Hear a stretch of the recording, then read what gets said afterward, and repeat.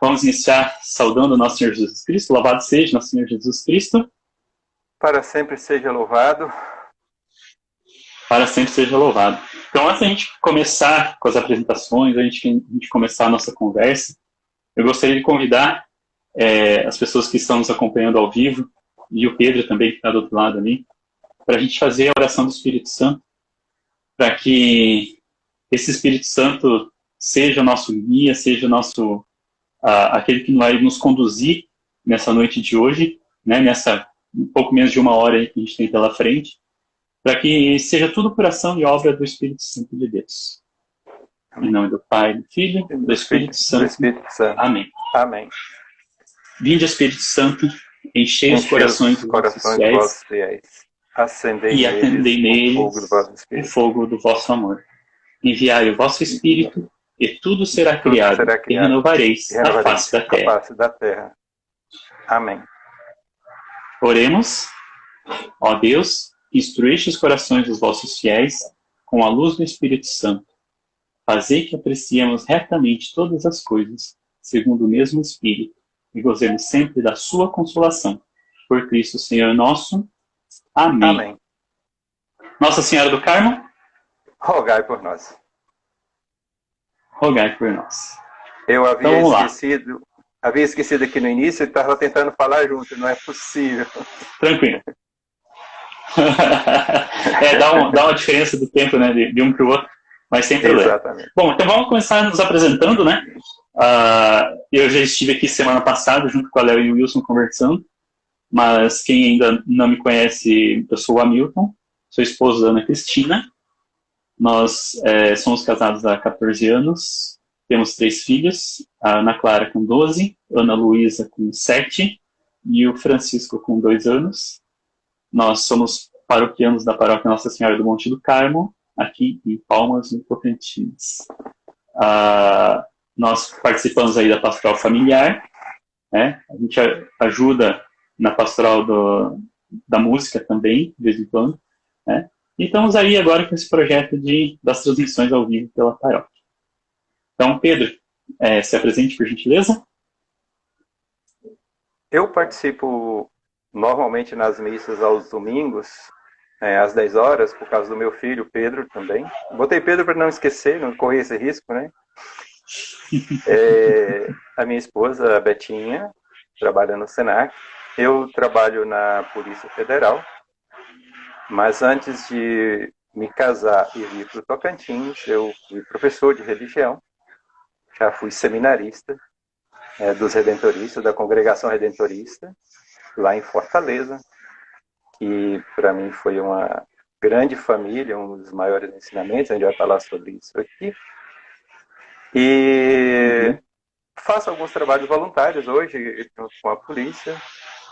Também, como missão minha, junto com os policiais, eu sou o presidente do Sindicato dos Trabalhadores da Polícia Federal. E, assim, a luta é bem grande. E a gente acaba sendo uma pessoa que as pessoas procuram para conversar, né? Porque a gente tem o dever de defender a categoria, mas também que a gente trabalha muito para defender os trabalhadores, e hoje, dia do trabalho, né, dia do trabalhador, diante de uma crise tão grande, a gente tentar saídas também junto com os trabalhadores de maneira geral. Mas o nosso papo hoje vai ser sobre vocação familiar, Pedro, né? Então, assim... Pedro, assim, o pessoal está falando que a imagem está meio ruim, alguma coisa assim. Vamos fazer o seguinte, você tenta reiniciar o teu aparelho, enquanto isso eu vou seguindo com o tema aqui, e a hora que você voltar, você me chama de novo, eu te coloco na conversa de novo, pode ser? Tá. Vê se melhorou com a questão da luz agora. O pessoal da tarde. Eu não tenho controle sobre isso. Aqui tá muito bom para mim. É a questão da transmissão, Pedro. A questão da transmissão. O som picotando um pouco. Então tenta reiniciar o teu aparelho, daí você volta aqui na chamada, daí você me chama, daí eu te coloco de novo aqui pra gente conversar, tá joia? Enquanto isso eu vou adiantando o tema aqui, tá ok? Ok. Então, pessoal, até que o Pedro volta, vai ser muito bom conversar com ele, tá? Eu vou adiantando, entrando no tema que a gente vai conversar hoje. A igreja está nos propondo, para o próximo domingo, o Dia Mundial de Oração pelas Vocações, né? Então, o Papa Francisco ele tem nos colocado bastante isso, a questão das vocações, né? A igreja toda, no mundo todo, vai estar em oração pelas vocações. E nós achamos por bem tratar nessa nossa live de hoje sobre a vocação do matrimônio, a vocação da família, né? Que assim como a vocação religiosa, a vocação sacerdotal, né? Ela é uma vocação importantíssima para a igreja. Então, essa foi a temática que a gente vai trabalhar daqui a pouco. Tá? Lembrando que quem está acompanhando aí as lives da nossa paróquia, na terça-feira teve uma live do nosso pároco, Frei João Paulo, né? Junto com o Frei Pablo, né? Lá de Belo Horizonte, onde eles têm a congregação, tem a casa lá. E eles trataram sobre o tema da vocação. Né? O Frei Pablo falou muito sobre o seu chamado, a sua vocação enquanto religioso, né? Enquanto carmelita. Nossa, foi uma transmissão muito bonita. Inclusive, quem quiser assistir essa transmissão, ela está no IGTV da paróquia. Né? Então, quem quiser assistir, não pode assistir na terça-feira, quiser assistir, está lá no IGTV da paróquia, a transmissão do nosso pároco, Frei João Paulo, com o Frei Pablo, falando sobre vocação. Eles falaram sobre matrimonial também, mas foi focado bastante na vocação religiosa. E nós aqui vamos, então, tentar falar um pouquinho a respeito da vocação matrimonial, vocação familiar. Então, o Pedro voltou ali. Assim, não vamos preocupar muito com a imagem, né? Se o som estiver saindo bem, o importante vai ser a nossa conversa aqui. Tá? Então, Pedro, a gente está falando aí dei uma introdução sobre o tema, sobre a vocação matrimonial, e fala um pouquinho para nós aí a respeito de você que já foi seminarista, né? Agora tem uma família. Fala um pouquinho para nós a respeito de vocação e a questão da vocação familiar, vocação matrimonial. Agora vocês estão conseguindo me ouvir? Vamos ver só um segundinho para ver o retorno do pessoal. Olha, eu acho que primeiro, Hamilton, eu sou filósofo e aí a gente tudo para falar alguma coisa tem que saber o significado das palavras. Né? Ótimo. E vocação, muitos defendem que é um chamado de Deus. Se você perceber, é ele que chama Abraão, é ele que chama Davi para ser o rei das tribos de Judá, é ele que chama Moisés e tudo. Só que hoje a gente já entende que vocação é realmente Deus que nos escolhe, mas também vocação só completa o significado se houver uma resposta ao chamado. E aí é a nossa parte. Então é bom a gente, o padre já falou, mas seria bom a gente frisar bem que a nossa escolha, a nossa resposta a esse chamado não pode se confundir, por exemplo, com nossos talentos, não pode se confundir com a nossa vontade de desenvolver alguma profissão. Que hoje a gente fala em testes vocacionais nas escolas, quando era professor a gente trabalhava dessa forma. Tem a ver? Sim. Você pode responder ao chamado de Deus na sua profissão, você pode responder ao chamado de Deus fazendo todas as atividades da sua vida.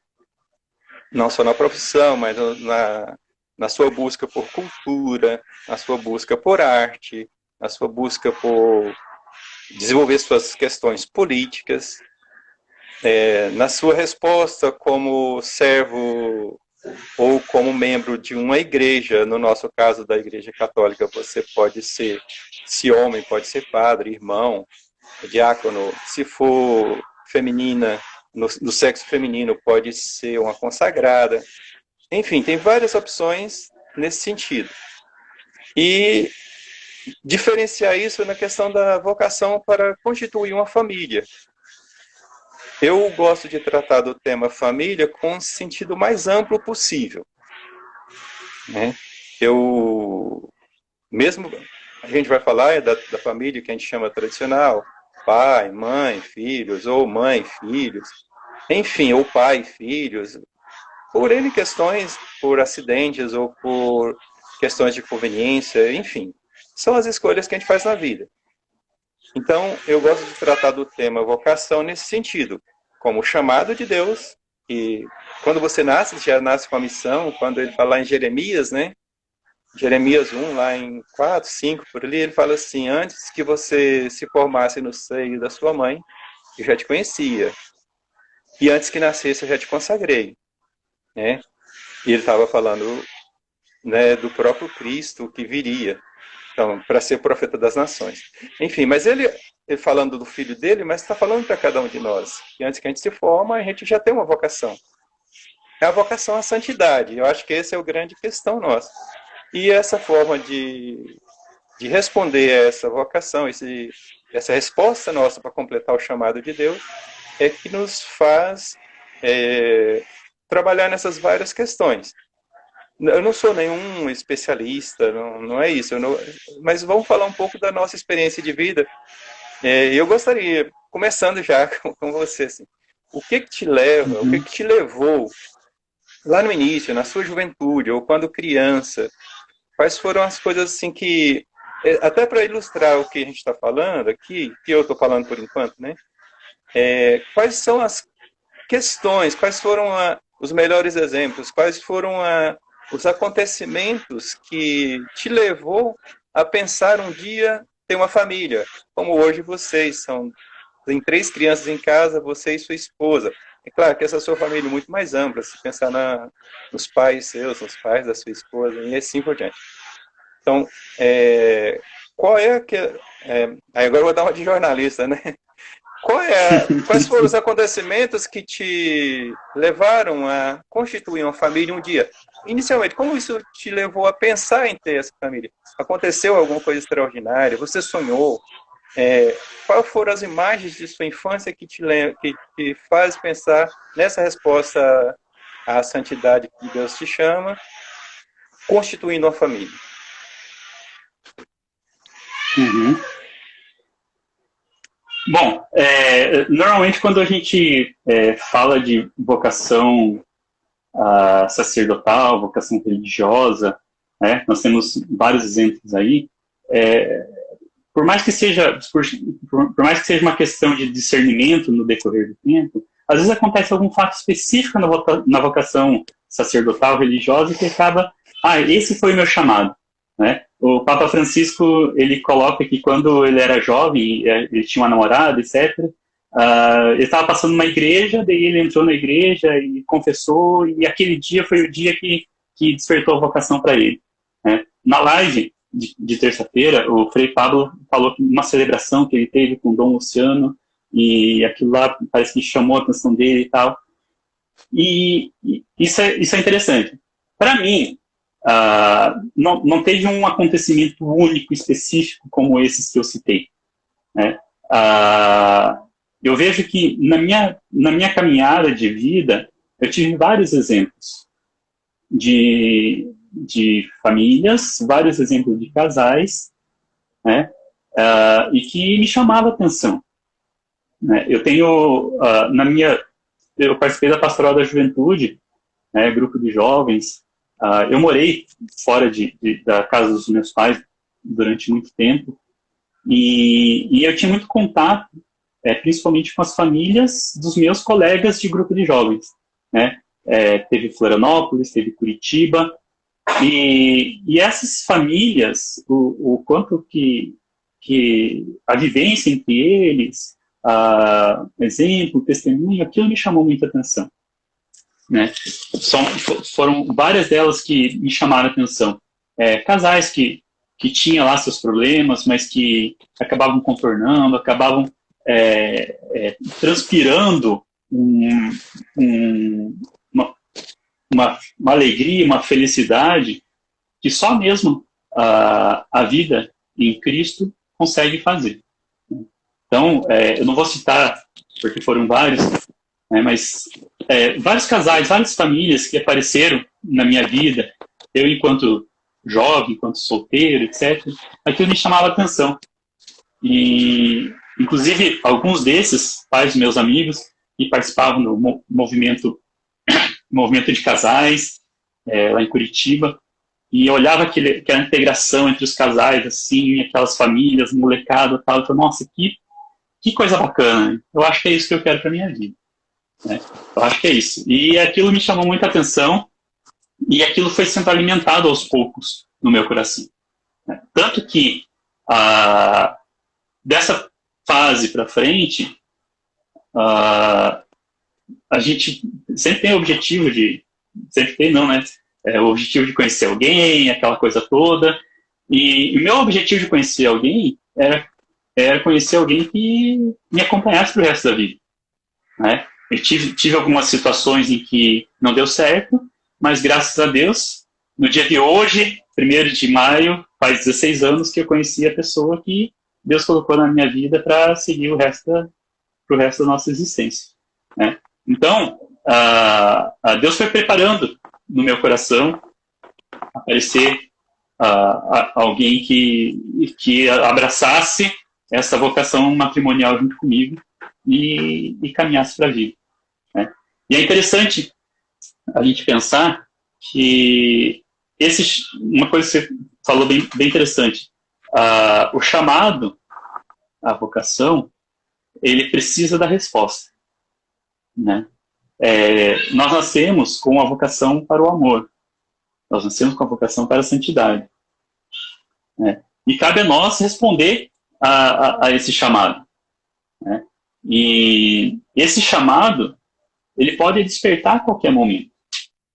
Não necessariamente acontece uma situação, acontece na juventude. Às vezes tem muita gente que é casado, que tem o sacramento, que vive em família, mas ainda não reconheceu muito bem esse chamado para sua vida. Né? Acaba simplesmente levando a vida do jeito que dá, levando a vida de qualquer jeito, né? Sem responder a esse chamado. Então, não necessariamente esse chamado vai vir na juventude, e a gente vai lá, vai decidir se vai ser padre, se vai ser freira, se vai casar, etc. Né? Mas esse chamado pode acontecer, e muitas vezes acontece no decorrer da caminhada. Né? Entra muito na questão da nossa formação.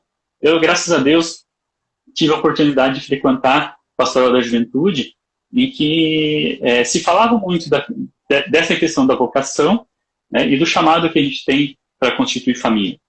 Né? Então, para mim, na juventude, eu tive esse apoio, mas muita gente não tem. Né? Muita gente acaba sendo levado, seja para o matrimônio, seja para outras situações. Né? E aí, lá pelas tantas, né, seja com alguma situação específica, né? Hoje nós temos aí um movimento do ECC que acaba despertando esse chamado em muita gente, muitos casais. Né? Nós temos testemunhos que acabam despertando o chamado em muitos casais e que no decorrer da caminhada acaba respondendo a esse chamado. Né? O Papa Francisco ele coloca muito a questão das famílias que vivem na fragilidade. Né? Então tem muitas famílias vivendo na fragilidade. Seja, sei lá, como que chegaram até o ponto que chegou, né? Mas quando Jesus entra na nossa vida, ele não quer saber o que a gente fez. Né? Ele não quer saber o que a gente viveu até ali.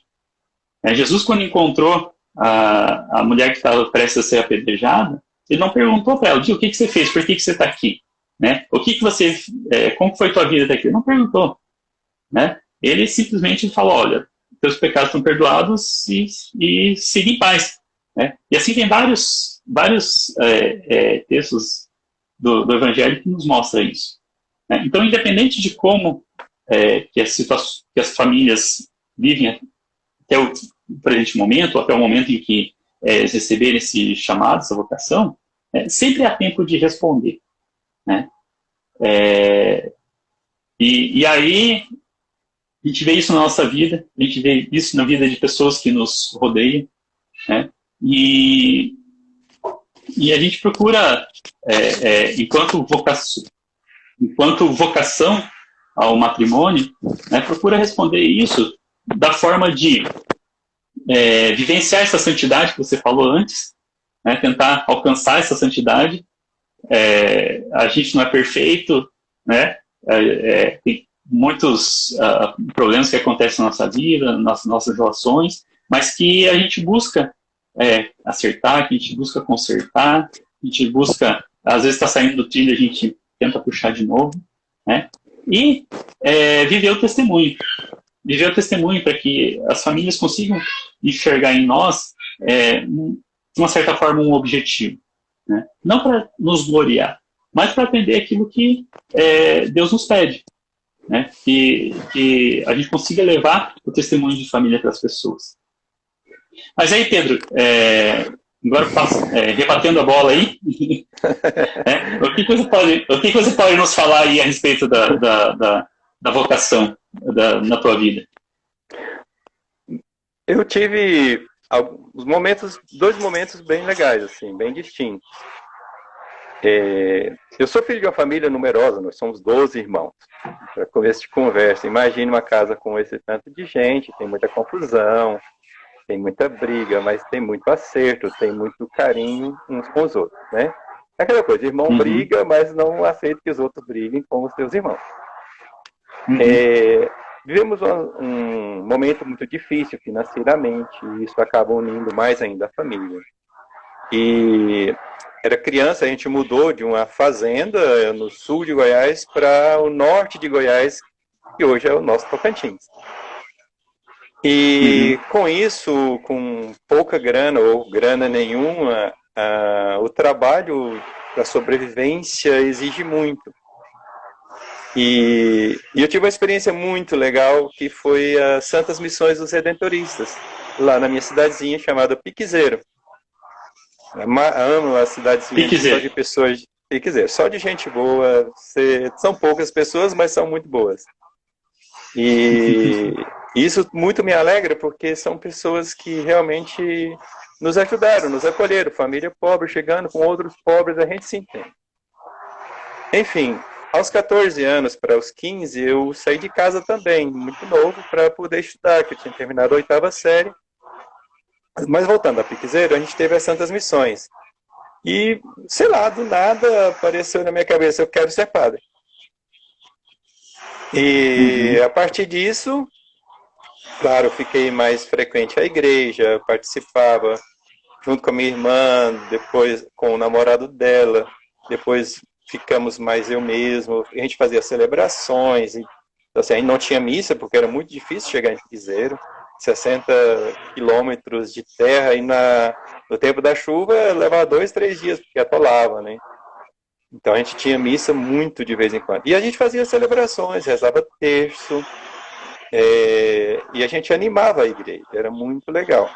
E já pensando nisso, com essa vocação, eu achava que era, né, pelo menos, que era esse chamado de Deus que era muito forte, ele foi muito legal. Me ajudou a crescer, me ajudou a estudar. Eu sempre fui o melhor aluno da sala, porque eu queria estar bem quando chegasse o momento de ir para o sacerdócio. Quer dizer, era uma coisa assim, era muito inocente, mas era uma maneira, eu acho, que Deus comunicar com a gente, mas ó, siga em frente, faça as suas coisas.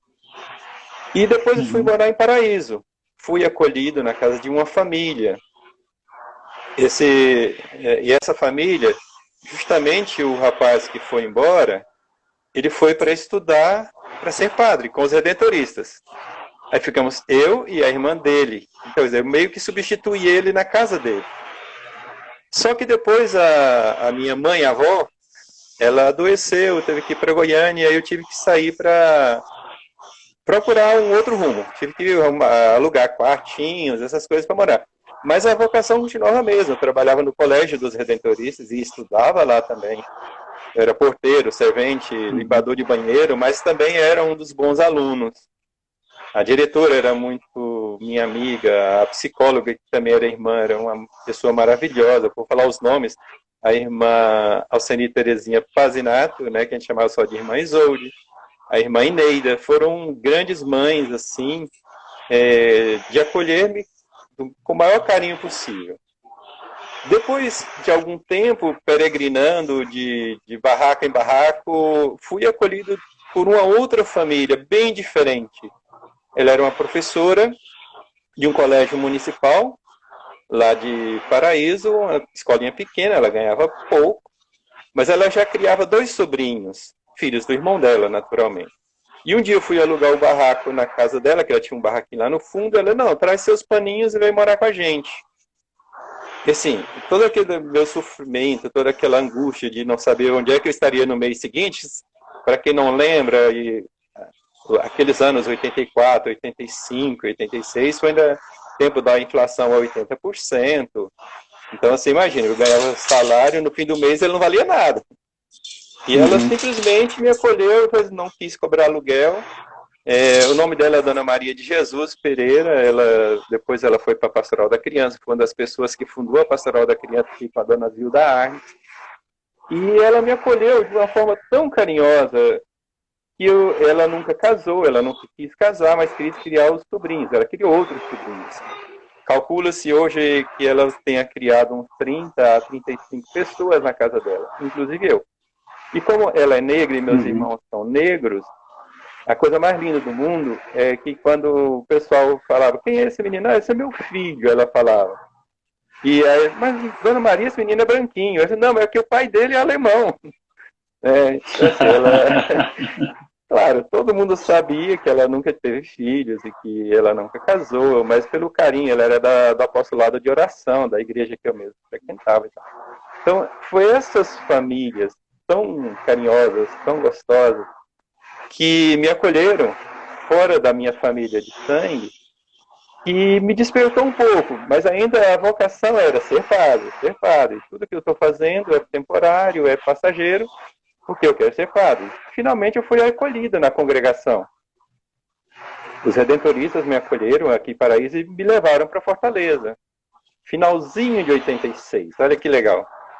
E lá eu fui acolhido, e aí foi uma família super diferente. Eu tinha um pai, que era o Padre Mateus, era o meu formador, ele me acolhe, ele já era amigo da minha família desde aqui do Tocantins. Ele veio para cá muito novo, com 20 e poucos anos, e ele já tinha o quê? Ele tinha o dobro da minha idade na época, né? Então era assim, ele me acolheu como filho, já começa aí, é um pai diferente. E não para ser mimado ou ser tratado diferente dos seus colegas, mas era aquela pessoa que precisava de ajuda. Eu tinha muita força de trabalho, eu era independente, eu tinha uma vida vivida fora do seminário, isso com 18 anos. E ele me acolhe agora para as coisas que faltavam, para a sensibilidade, para com o outro, me introduziu nas pastorais, de morar em favela, de trabalhar com outras famílias problemáticas, muitas famílias passando necessidades. Então eu fui viver uma outra realidade que eu vivia sentindo na pele, mas não tinha essa dimensão de você morar agora numa cidade grande. E eu tinha acompanhamento semanal, ele era meu psicólogo, era meu paizão, além dos outros padres que a gente sempre tinha encontros, e tinha os outros seminaristas que também tinham histórias muito difíceis. Normalmente as pessoas que vão para os seminários, para quem não sabe, normalmente tem muitas fragilidades nas suas famílias, mas tem muito bom coração, tem todo um amor de Deus ali, eu acho que trabalhando. Então essas foram as minhas experiências iniciais de família, bem diferentes, mas foram muito legais.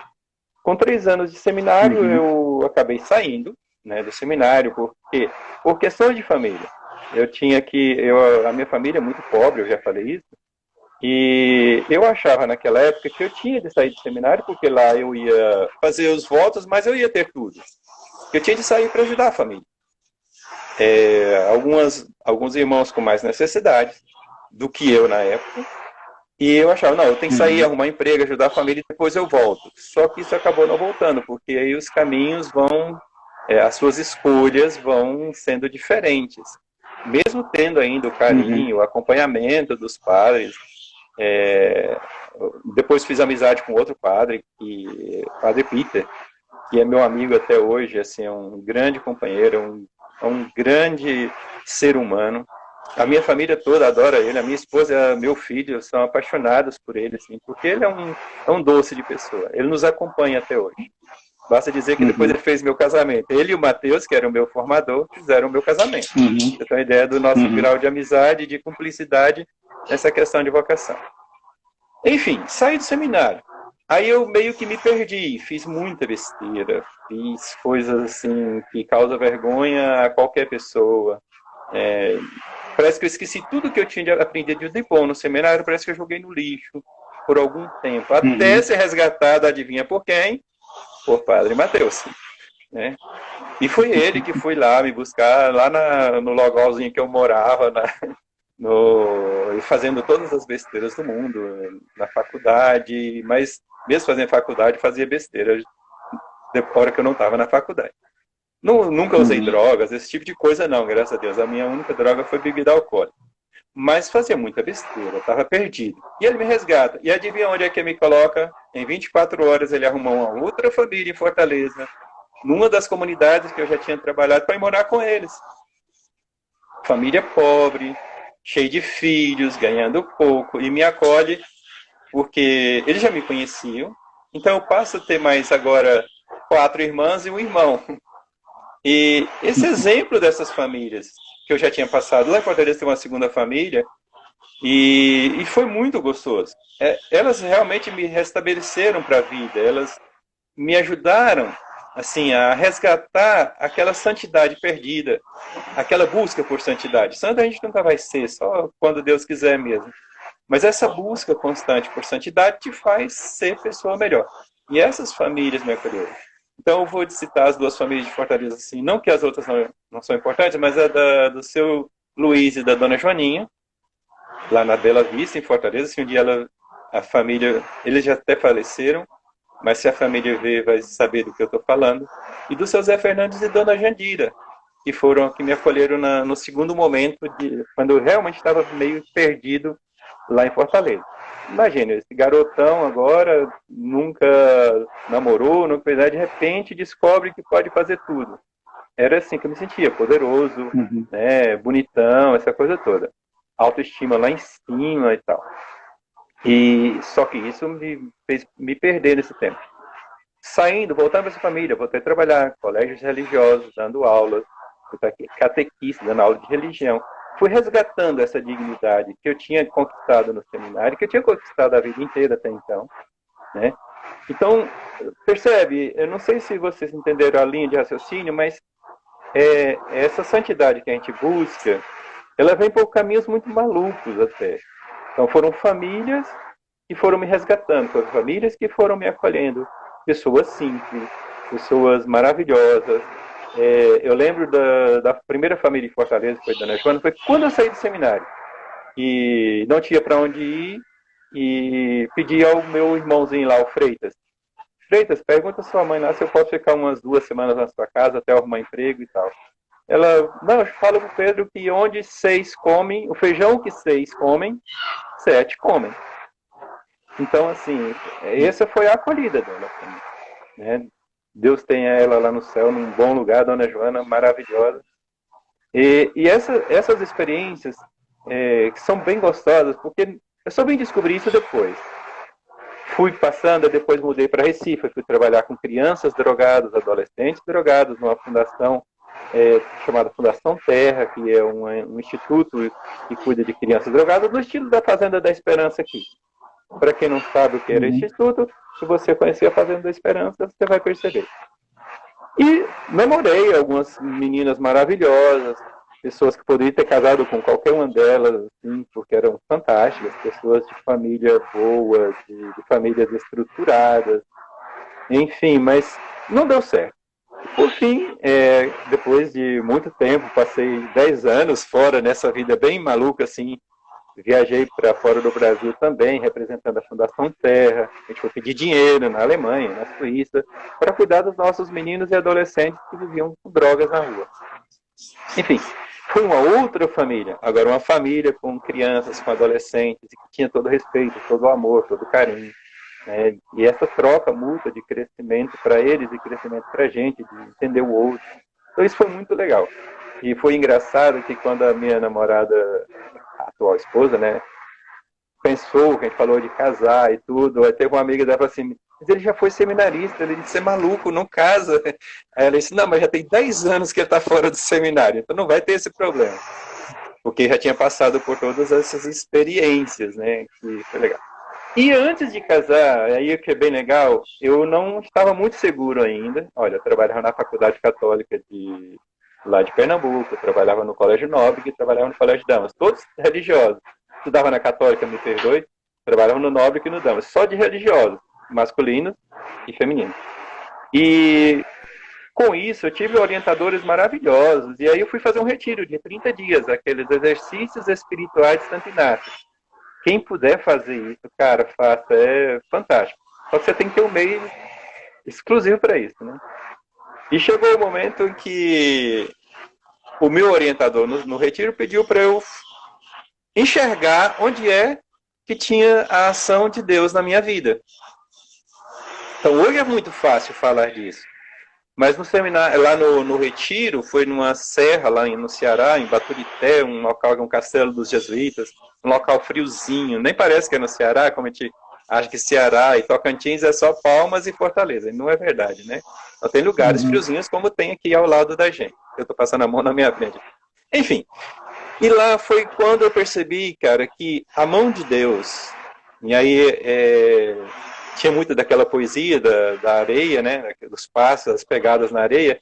Caramba, realmente, foram momentos muito difíceis da minha vida, e nesses momentos, mais especificamente, a mão de Deus tinha nome, sobrenome, e eram famílias maravilhosas.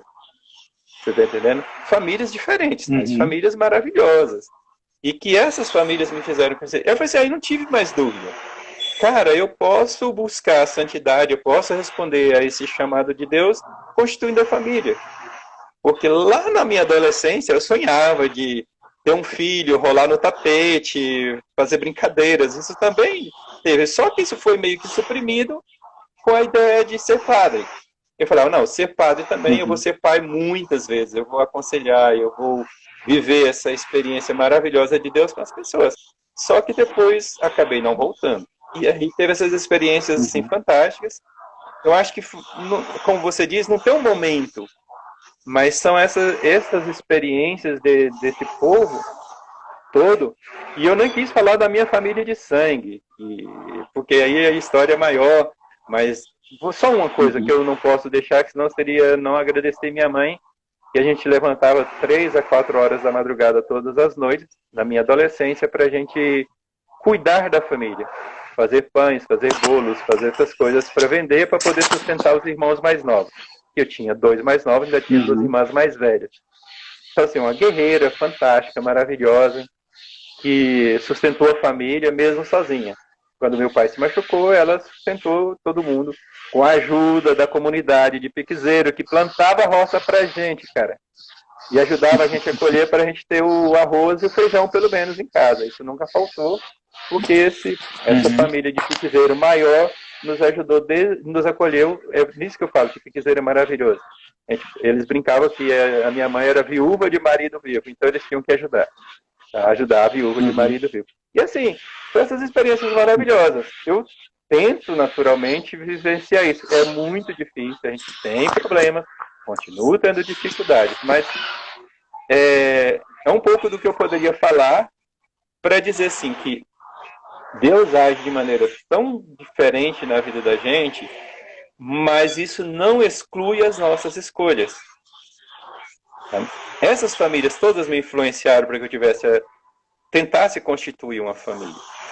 Mas também todas essas famílias diferentes que me acolheram, eu tive acolhida na casa de amigos, me faz respeitar muito, muito a vocação da família de uma mãe que tem um filho sozinha, ou de um pai que perdeu a esposa e cria o filho sozinho.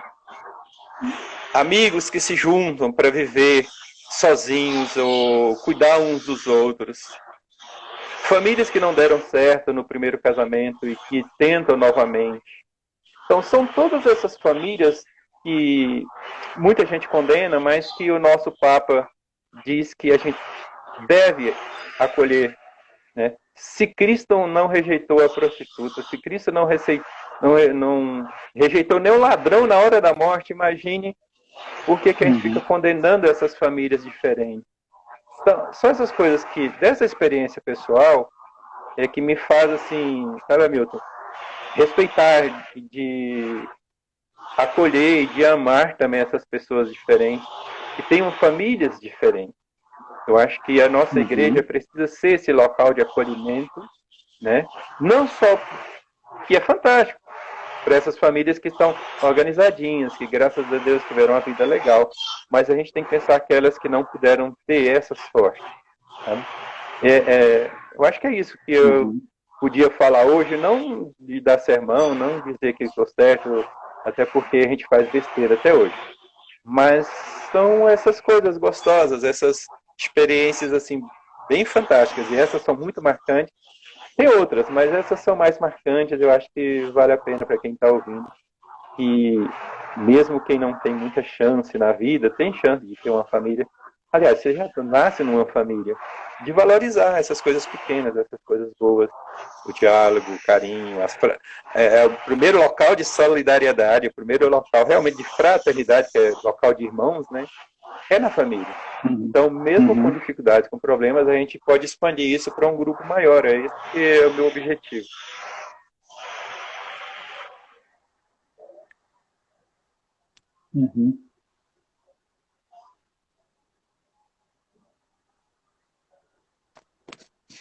Passo para você. Eu falei muito aqui, desculpa, falei muito, fica com você. Eu queria, falando sobre essas questões, essa sua experiência que você tem de vivência mais próxima da igreja hoje do que eu sou um pouco mais afastado, vou mais à missa. Qual a importância dessa vivência hoje, assim, na pastoral familiar que você participa, dessa vivência dentro da igreja, para fortalecer essa busca? Você vê uma relação entre participar, nem que seja aos domingos na missa, e prestar atenção nela, nas mensagens, se você vê alguma relação entre participar da vida da igreja e esse fortalecimento dos laços familiares? Tem alguma relação? Ou isso é mais coisas nossas de pastoral? A relação é direta, né? A relação é direta. A gente percebe nessa nossa trajetória de vida enquanto família, nós encontramos, praticamente desde que nós casamos, com um mês de casado, a gente participou de um retiro da pastoral familiar, né? E entre indas e vindas, desde então a gente vem... A nossa história se confunde com a história da pastoral familiar na nossa vida, né? Então, e nesse tempo todo a gente tem convivido com famílias das mais diversas configurações, das mais diversas situações, né? E a gente vê muitas famílias que foram resgatadas de uma certa forma, que precisaram ser resgatadas de matrimônios que estavam se desfazendo, de problemas com filhos, etc. E a gente pode perceber o quanto que a vivência de igreja, a vivência de oração, a vivência da Eucaristia nas celebrações, o quanto isso foi importante para a vida dessas famílias que eu comentei agora, e por que não para a nossa também, né? Viver a vocação, responder ao chamado, não é fácil, né? É uma luta diária, primeiramente, para responder esse chamado de ser família, de você se santificar enquanto família, buscar santificar a pessoa que escolheu para viver o resto da vida, para transmitir esse amor de Deus, transmitir essa fé cristã para os filhos, né? Para tudo isso, precisa ter uma decisão, precisa ter uma resposta racional. Não, eu vou seguir isso e é isso que eu quero seguir, né? Eu quero responder esse chamado, né? E para isso, precisa de atitudes, né? Precisa de ações, precisa você sair do seu conforto. Né? Eu comentei antes de tantas famílias que têm um matrimônio, mas não vivem sua vocação, né? Aquelas famílias que vão deixando a relação esfriar, aquelas famílias que deixam o filho em cada quarto com o celular na mão e simplesmente convive com aquilo para não ter que conversar, para não ter que esquentar a cabeça, para não ter que se preocupar, né? Enfim, existem famílias que têm um matrimônio, mas que não vivem essa vocação. Né? E para a gente poder viver essa vocação, a gente precisa ter esse enfrentamento diário, a gente precisa ter essa vivência diária, seja na oração, seja na Eucaristia, seja no cuidado que a gente precisa ter com o outro, né? Seja com o testemunho que a gente precisa dar. Tudo isso parte de uma ação que a gente precisa fazer. Se a gente ficar sentado na poltrona esperando a graça de Deus cair, ela não vai vir, né? O Papa Francisco, quando ele mandou uma mensagem a respeito do dia de oração pelas vocações, ele lembrou daquele texto do Evangelho, do mar de Tiberíades, né, e que teve a tempestade, e que Jesus mandou parar a tempestade, que ele andou sobre as águas, etc. Né? Aquilo simboliza um pouco essa nossa vida de vocação. Né? Jesus nos chama, ele estende a mão, ele está na barca conosco. Né? A nossa barca pode passar por tribulações e vai passar. Né? Ninguém disse que seria fácil, né? E se fosse fácil, tinha muita gente aí, muito mais pessoas buscando esse caminho. Né? É um caminho difícil, é um caminho que vai passar por problemas, mas o que nós temos que ter a certeza é que Cristo está na barca conosco. E nós precisamos confiar nele. Nós precisamos confiar que com uma palavra ele vai acalmar o mar. Nós precisamos confiar que dentro dos nossos problemas, dentro das nossas dificuldades de viver a vocação, né, orando, pedindo para ele vai nos atender. Né? E aí a confiança. Aí a confiança para viver essa vocação. Eu sinto isso muito presente na nossa família. Como eu falei, nossa família não é perfeita. A gente passa por tribulações, volta e meia. Né? Mas o importante não é não passar por problema. O importante é saber que Jesus está com a gente, né? E que ele nos ajuda a acalmar esse mar. Né? No final das contas, chega no final do dia, se a gente teve alguma discussão, se a gente teve algum problema com os filhos, alguma coisa assim, chega no final do dia, tá, vamos reunir aqui, e resolveu, tá, vamos fazer diferente, vamos tentar diferente, no outro dia acontece o mesmo problema de novo, e assim a gente vai caminhando, a gente vai enfrentando o dia a dia. Né? Não é fácil. É por isso que precisa viver com as práticas religiosas, com a prática de oração, a celebração. Hoje a gente não está conseguindo frequentar as missas pessoalmente, mas aí tem os meios, as mídias sociais aí que nos ajudam a estar mais próximo em comunidade, a estar celebrando junto com aqueles que estão acompanhando conosco. Mas é fundamental essa vivência. É interessante, né? Em casa mesmo. Eu gosto de falar de casa porque fica mais fácil, né? A história que a gente conhece. Quando eu saí do seminário, por algum tempo ainda, eu participei das santas missões que os redentoristas promoviam no interior do Brasil. Sabe aquele lugar que você só chega no lombo de um jumento e o carro fica não sei quantos quilômetros de distância, enfim. E essa experiência de levar Deus para essas pessoas que são tão abandonadas por tudo, eles não têm acesso a governo, eles não têm acesso a nada, pessoas passando fome mesmo. No interior do Nordeste, então, naqueles anos ali de 90, 91, eram anos terríveis. Né? A seca matava. Aí você vê isso pelo cemitério de Anjinhos. Por isso que nordestino normalmente tem muitos filhos, porque é para ver se vinga algum. Isso não é história, isso é real. por isso o Cemitério dos Anjinhos. E essa experiência que você falou de ter alguém que possa ajudar, quantos casamentos, até hoje eu ainda recebo mensagens, antes era cartões postais, agora são mensagens de pessoas que reconstituíram naquele tempo seus casamentos. Depois é que eu fiquei vagabundo e que fiz besteira, mas até então, essa busca de santidade, essa confiança que Deus dá, você ser instrumento de Deus na vida dessas pessoas é muito legal.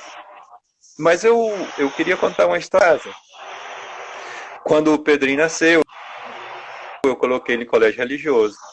Na catequese eu coloquei ele na paróquia, não quis que ele fizesse catequese no colégio, porque fica só o grupinho dele. E a gente, graças a Deus, agora pode pagar um colégio legal. E acaba fazendo só aquele grupinho. Não, você tem que conviver com pessoas simples e tal. E a minha esposa não era de ir à missa, ela não tinha esse costume. Lá em Recife, ela é de Recife, não tinha esse costume. E com a gente ter que acompanhar o Pedrinho nas missas aos domingos, era uma insistência nossa. Acredite, mas foi o Pedrinho que nos resgata para participar de novo da igreja. Então, ele ter que ir à missa aos domingos, a gente ter que levar, e a gente fazer questão de ir os dois, foi o que nos resgatou. E por isso a minha esposa hoje participa aqui do terço da rua, já participa dos festejos. O Pedrinho fez crisma, né?